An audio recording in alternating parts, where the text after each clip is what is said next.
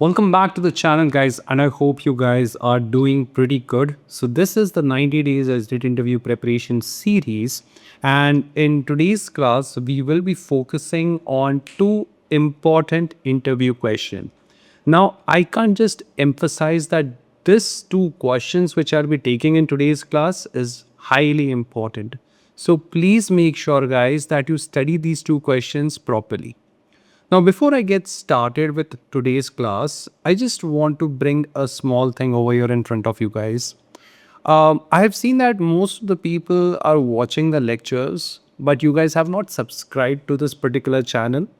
Now, guys, we put a lot of effort in creating the content for you guys over here. So please make sure, guys, that you like this particular video, subscribe to this particular channel, and if possible, please share this entire playlist with your QA friends. The whole goal of this particular channel is to make sure that you guys are preparing for the interviews properly without wasting time here and there.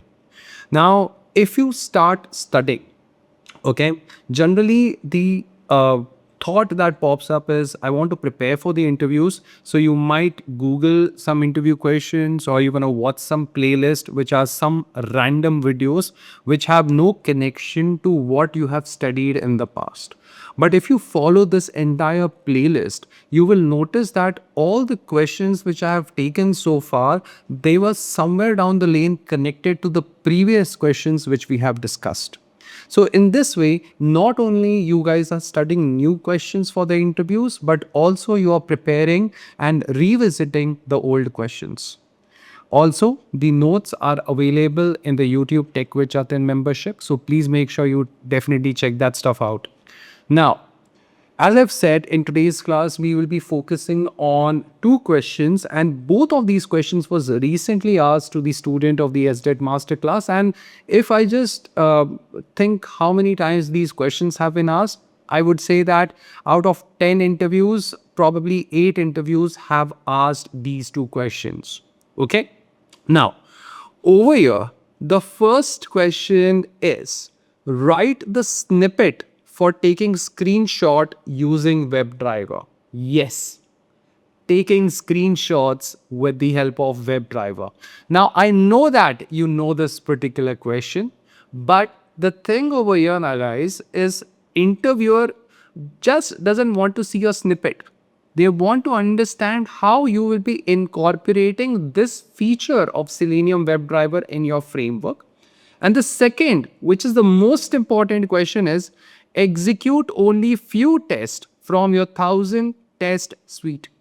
So we have, let's say, your 1000 test suite, and out of those 1000 test suite, we will be, or we need to execute probably 5 or 10 tests. So how we are going to do that? This is something which the interviewer wants to know. Now, both of these questions which we will be discussing today's class, we will be doing a hands-on as well as walkthrough. Okay, so please make sure you watch this video only and only when you have ample of time. Okay, and please guys, don't just skim through the videos. This is the worst way to study any particular topic. I have seen, and of course an analytics shows me that probably people are watching the video and automatically, like they're going to skim from one part of the video to another part. I don't know how exactly it's going to give you that confidence, but please make sure that you watch till the end. Okay, learn to have a slow life. I know that you're watching this particular video. Next to this particular video would be some beautiful girl, okay, who's trying to show something about her life. There would be some kind of a distraction that will be there next to the suggestions in this YouTube on. But here's the thing, guys. You need to start focusing what matters to you. Is it your career, or is it that random video that you want to watch? Choice is up to you guys. See, whether you study or whether you don't study, this time is really gonna just flow away. So please make sure that you are putting your time, your energy in right place. Are you getting the point? People over the internet, okay, they are just, I sometimes feel it's more like a vulture that really want to capture your attention. Okay. But here's the thing, guys. Wherever you're going to put your attention, that part of your life is definitely going to grow. So if you're going to give your attention to something that matters to you, trust me, guys, you are going to have altogether a different life experience. Are you getting the point over here? So without wasting time, let's get started with these two questions. First is writing the snippet for taking the screenshot using WebDriver. Now, here's the thing. When you're working with WebDriver, or particularly you're working with taking the screenshots, two libraries are going to come into picture. Take a moment, think about it. What are the two libraries that you will need to take the screenshot? Of course, one is Selenium WebDriver. What is the second library? This is what learning is. Yes, the second library that comes into picture is Apache Commons IO.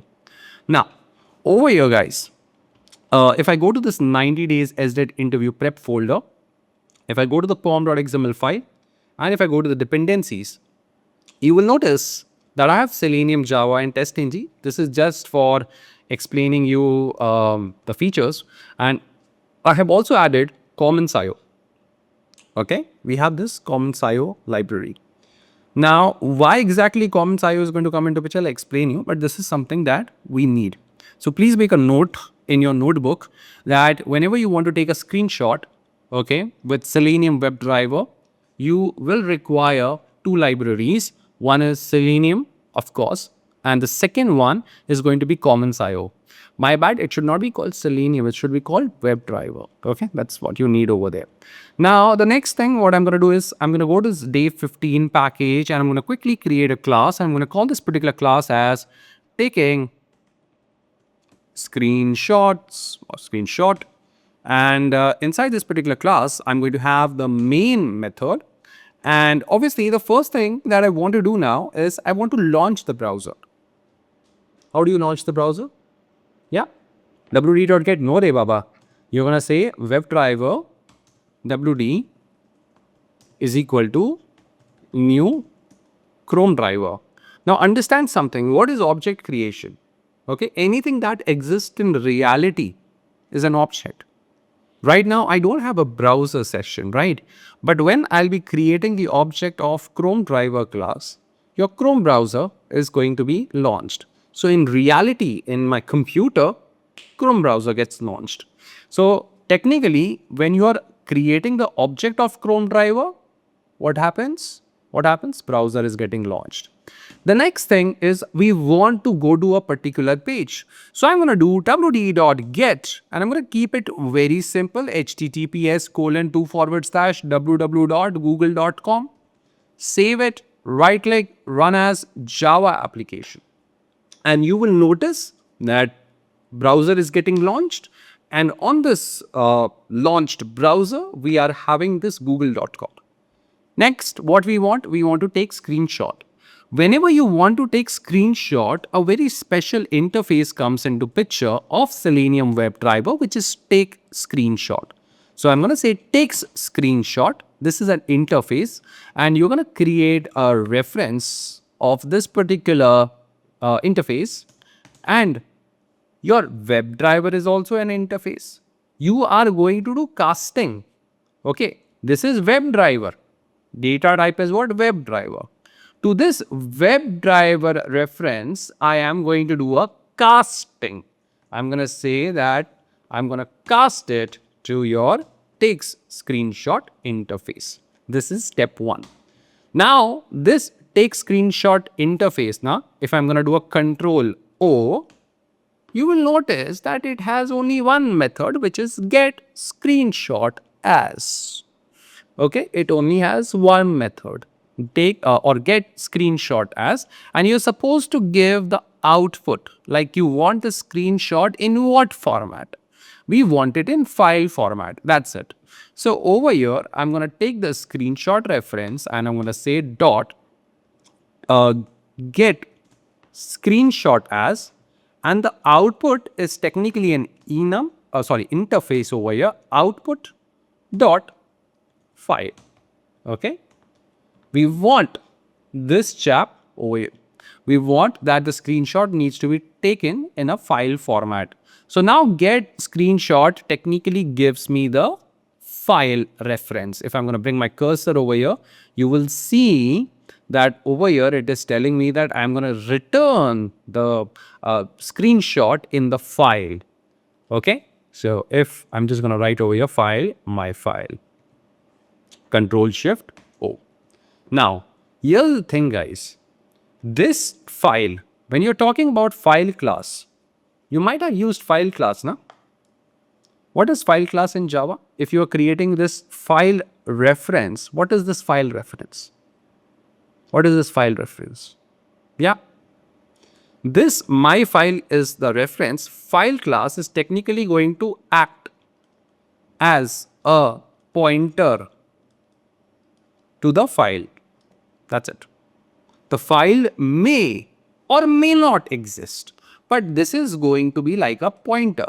So my file reference is technically a pointer to the file, the PNG file, which is technically going to be created by Selenium WebDriver.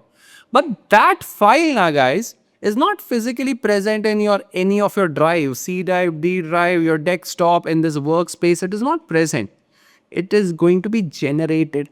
It's going to be present in the RAM, okay, in a binary information and all. So what we need to do is, this file is pointing to this chap, okay, which is in the RAM right now. Okay, there is some data, okay. I need to save it somewhere so that I can click on that particular file and I can view the image. And in order to do that, to save the file properly, we need the next library, and the next library over here was your commons IO. Okay. The reason I have added commons IO because I want to use one of the method from this commons IO. There is a class inside commons IO which is technically called as file utils. Now tell me something. If you have a class and that class is going to be a util class, all the methods inside that particular class is going to be what? Static. Utility design pattern. Okay, utility design pattern. So in your framework also, we generally have these utility classes, and in utility classes, we try to make sure that the methods are static. Are you going to create an object of a utility class? No, we don't create the object of utility class. Why we don't create the object of the utility class? Because methods are static, right? Methods are static.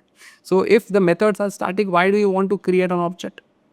So will it have reference these instance variable? Generally in your utility class, the variables method, they are all static. Okay.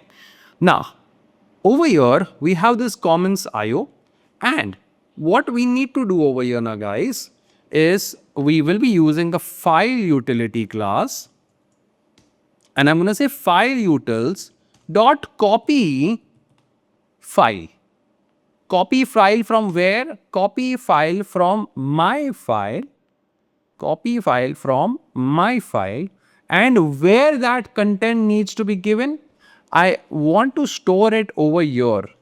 So I'm going to say, or let's create a pointer again, file, output file. Let's keep it simple. Output file, see, equal to new file. Now, over here, I'm going to give the path. The path is going to be just screenshot.png. Now, here's the most interesting thing, guys. I have just written screenshot.png. That's it. So, since I'm using this file class, what Java is going to do now, it is going to assume that you want the file to be created in your project. So over here inside 90 days SDET Interview Prep, a file will be created, and that file is going to be called as screenshot.png. Right now that particular file is not there. Okay. So this output file is basically what? It is just a pointer. Is the file created yet? No. File is going to be created when you're going to call this copy file. The content which is there inside my file will be given to this particular file and it is going to create that file for us. Observe. So I'm just going to delete this chap and I'm going to put over here output file. This is going to give me an exception. For simplicity, I'm just going to throw that exception, which is going to be IO exception. Then that's it. Right click, run as Java application. Google got loaded. Okay, if everything is working the way I want now, there should be a screenshot.png file. Do you see over here screenshot.png file? You will observe over here because all the files are here, na? pom.xml, .project, .class path. There is no file called screenshot.png. Don't worry, you just need to refresh this. Tada, done. Screenshot.png. I'm going to click over here. Screenshot again. All right. Pretty simple, pretty straightforward. Now, what I want you guys to do now, I want you guys to just observe my code for a moment. Okay. We have the WebDriver WD, we have WD.get. Okay. We have the screenshot. You're going to create your input file, that is screenshot.get screenshot as. You're going to have an output file reference and you're going to copy the content from my file and you're going to give it to the output file. This file utility which you see, right? This is basically coming from your commons IO. Okay. Spend some time observing this particular code. Pause this particular video. Okay. Minimize, go to your Eclipse, write this particular code quickly at your end.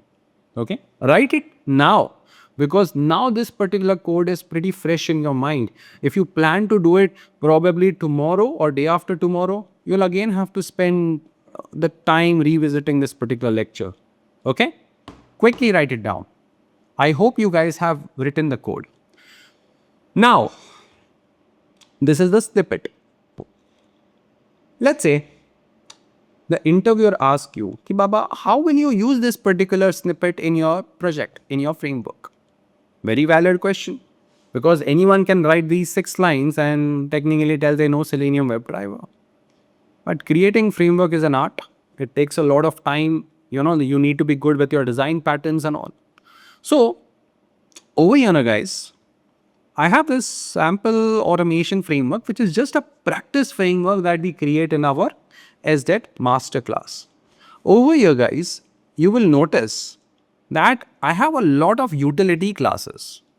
We have browser utilities, CSV reader, and all those chaps popping up. And over here, if I go to the CSV reader, you will notice it's a class which has static method. Excel reader utility, static method. Extent reporter utility, static. Properties util, static. Logger utility, static. Okay, I am not kidding. Constructor is private. Where do you see your constructor private? You see it in singleton class. You see it in your, where? You also have it in your builder design pattern. You also have it in your utility design pattern. Now, over here, guys, I have this one class which is called as the browser utility. Now, this particular class is a very special class. You know why? Inside this particular class, the methods are non-static. Okay. There is a reason for that. I really can't explain that in this short time. But the main thing over here now, this browser utility class is basically a wrapper. A wrapper over what? Wrapper over your Selenium WebDriver. Meaning you're not supposed to use Selenium WebDriver anywhere in your test scripts, in your page classes. Are you getting the point?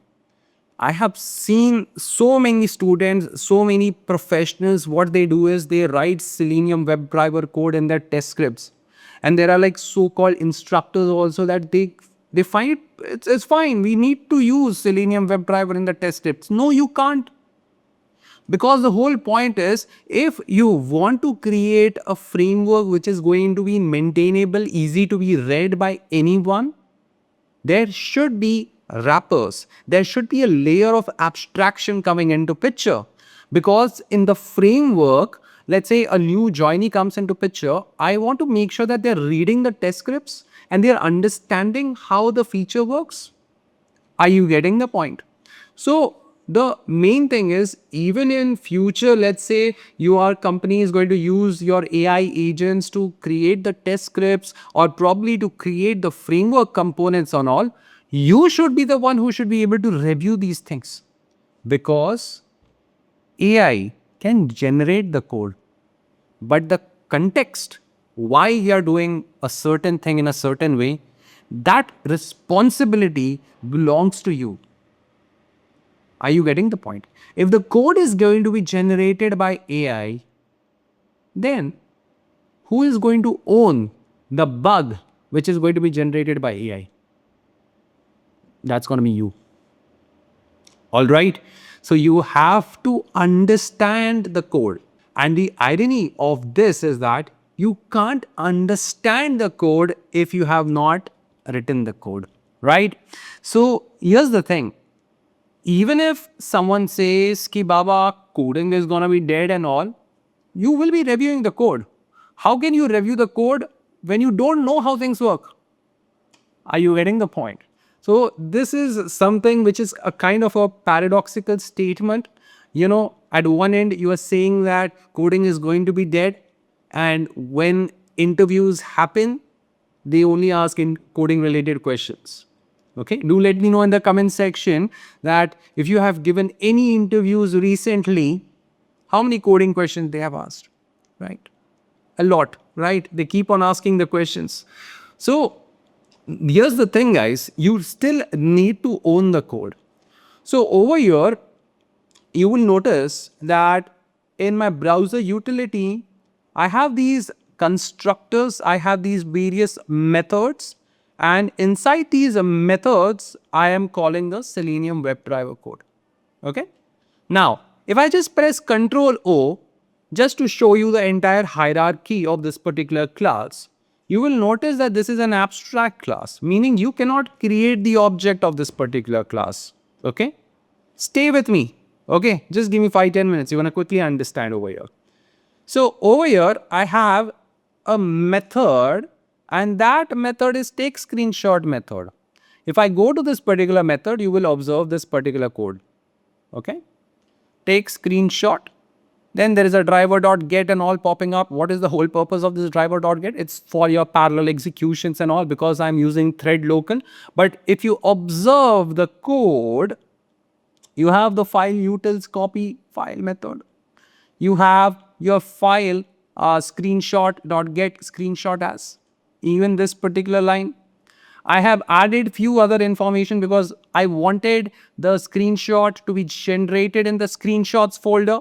So if I'm going to go back over here, you'll see I have a screenshots folder, and you see screenshots are generated with timestamps. Okay, there is a proper date popping up over here.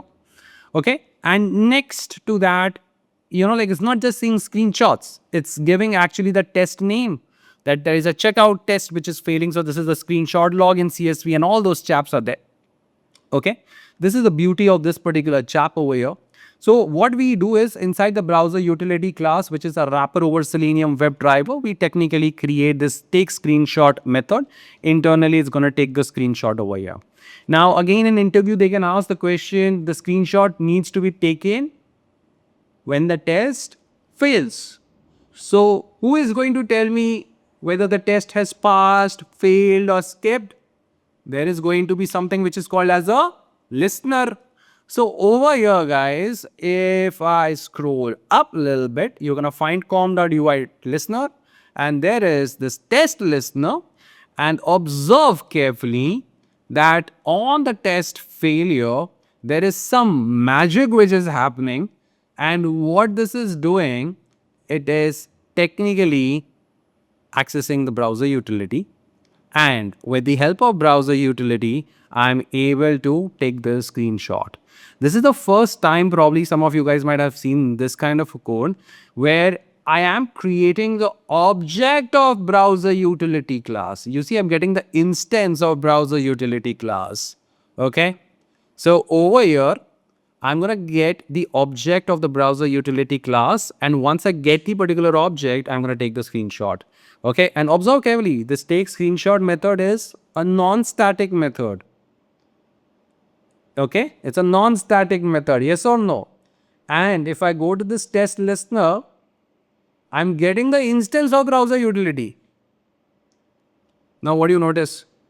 Array, it's an abstract class over here getting the instance, because once I get the reference of that particular browser utility class, I will be able to access this take screenshot method. That was the magic over here. Are you getting the point over here? Okay. So this is something which we do in the SZ master class. Okay. Because the whole point is right. A lot of times students reach out to me saying that Jatin, we really want to get, like 100% salary hike. And sometimes people have these high expectations. And it's my job, it's my responsibility that when you guys join the course, it's really important that you achieve that level. And you can't just go with basic knowledge and saying that you will be able to get 100% salary. It's not going to happen. The time of mediocrity is already dead. You just can't write a basic code and expect that you're going to get 100% salary hike. AI agents write far better code compared to us. Are you getting the point? So you need to be at level, okay, with these agents. You really can't just, like hope ki Baba, I'll do the basic work and get my thing done. It's not going to happen. Is this part making sense? So this is a very interesting problem, okay, which was taking the screenshot. I've just given you a walkthrough of how exactly things work inside the browser utility class. You will be creating the take screenshot. And because we want to take the screenshot when the test is failing, you're going to have your test listener class. Okay, you're going to have your test listener class, and in your on test failure, you will be calling the take screenshot method. Now, how this method gets called, that is the most important thing. Clear? Perfect. So this was the first question, guys. Now, let's move on to the next question. You are supposed to execute only few tests from 1000 test suite. Again, a very important interview question. Please give it like 3 stars. Okay. Execute only few tests from 1000 test suite. So how we are going to do that? Let's try to understand that also. So guys, we need to execute only a few tests from, let's say, our 1000 test suite. How you're going to do that? Yes. Take a moment, think about it first. That's more important for me. See, I can easily show you the solution, but it's not really going to help you out. So you need to take a moment, think about it, how you're going to do that. Now, some of you guys will say that, Jatin, we can create a XML file, and inside that XML file, we can have that particular test or those certain tests added. But the problem with that particular approach is you will need to maintain that XML file. Because right now the interview is telling that I want to execute 5 tests.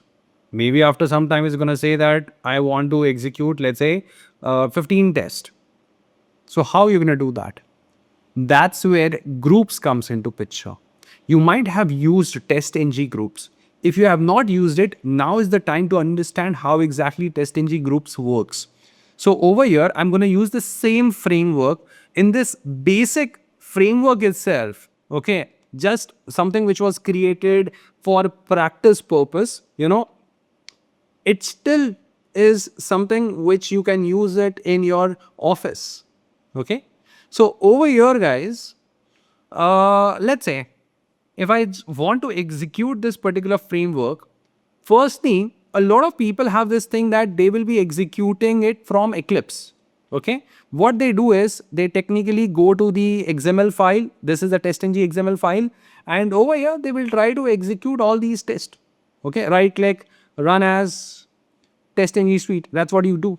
Now imagine I have over here 1, 2, 3, 4, 5, 5. The interviewer is telling you're gonna have 1000.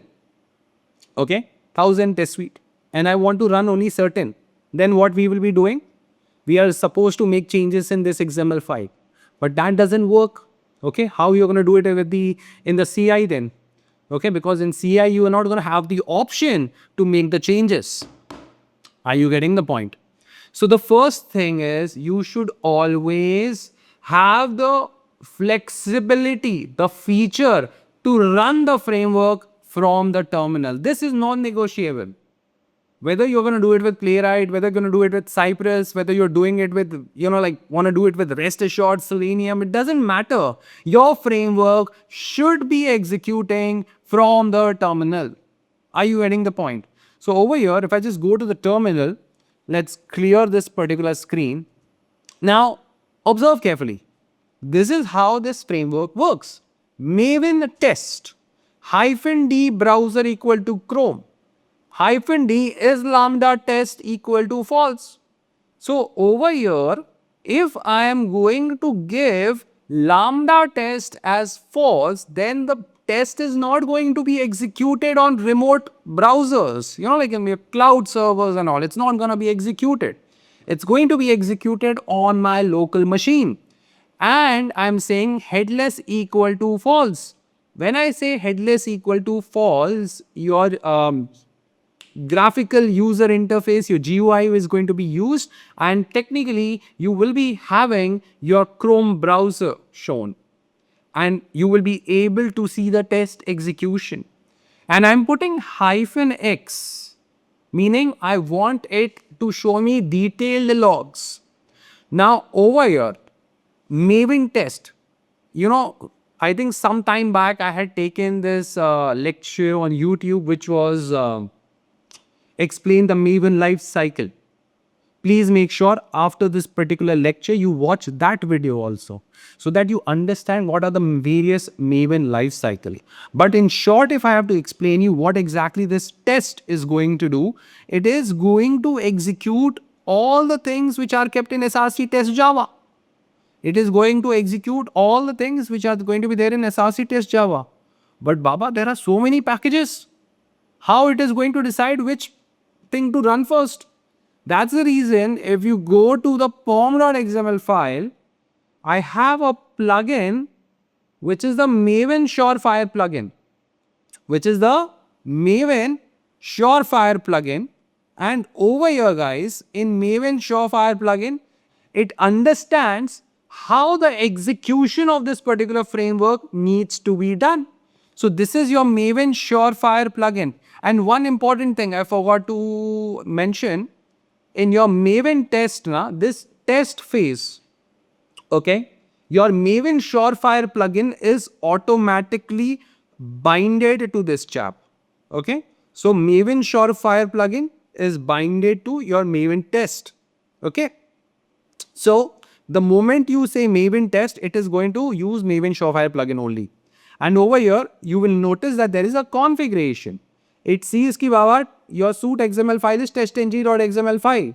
It is going to pick up this file. It is not going to start executing from SRC test Java. It is going to read the testng XML file. Over here, there is an option called groups. We will talk about this. But then there are some system property variables. Browser. What is the value of browser? I am passing Chrome. So over here, Chrome will be kept. Is lambda test? What is the value of lambda test? False. Is headless? False. So it is going to use browser as Chrome, is lambda test as false, and headless as false. Meaning all the tests which are there in your testng XML file, all these tests, they will be executed on Chrome browser. Is lambda test is going to be false, meaning the browser is going to be launched on my laptop. Next, headless is false, meaning obviously you want to see the UI. As simple as that. Okay, this is what it is. So let's hit the enter and observe the execution first.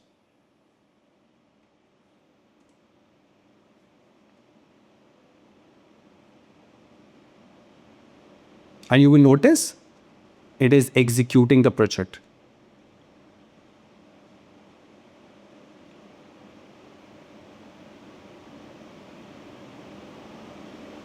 And all the tests which has been kept over here, they are going to be executed in parallel mode.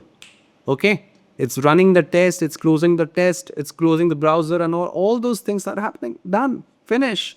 Okay, so if I go back over here Okay. If I just refresh this assignment project, over here, there is going to be this report.html file.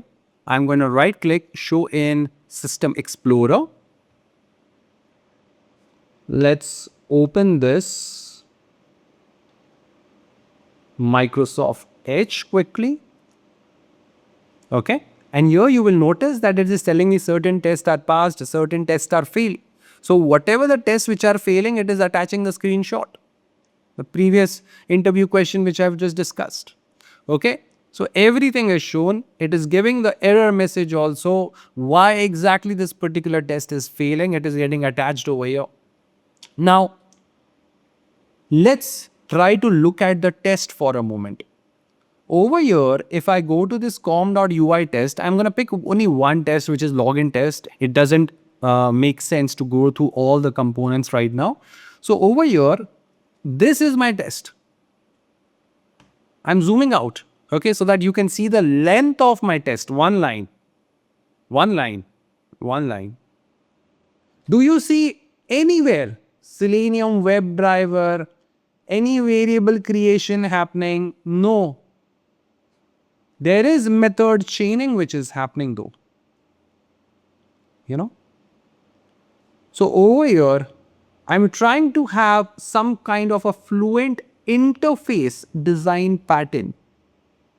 And what exactly this fluent interface design pattern gives you? It gives you method chaining. If you have studied rest assured with me, you would have noticed that even there I have used something similar. Whenever you are writing the test, it's really important that your test is human readable. Okay, it is small, because if your test is small, only then you will be able to maintain it off. Are you getting the point? Next, you'll be like, Jatin, this is the login test. Everyone creates the login test, and login test is a very simple test to technically do, right? But look carefully. I go for, let's say, add a new address. Okay. And over here, I am trying to add a new address. So I'm just going to go to my account page, go to address page, save the address, assert that the new address is something, some assertion is there. Okay. Now, here's the most important thing, guys. You know, this test which you see right now, it is technically filling like around 20-30 fields, if I'm not wrong. Okay. 15 to bare minimum, I think it is filling it off. So what I'm doing over here is I'm using Pojo classes. Okay. So your fake address utility is generating the fake address. It's filling all these information. It is creating this address Pojo class for me. Okay. The Pojo class object, and that Pojo object, I'm passing it off. Again, a very important interview question where you have used Pojo classes in your automation framework. Now, every time you can't keep on talking about ki bacha, baba, in Selenium it is used at different place, rest assured it is used at different place. No. The purpose of Pojo class is to only hold the data, and it is technically used at a place which is called as transfer object. Whenever I want to transfer the object from one place to another place, we use Pojo classes. You are converting a Java object into JSON object.